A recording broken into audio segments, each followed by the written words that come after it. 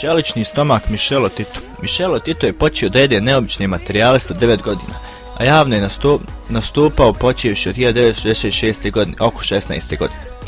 Imao je poremećaj u ishrani poznat kao pika, psihološki poremećaj koji karakteriše apetit za supstancama koje su uglavnom nenutritivne.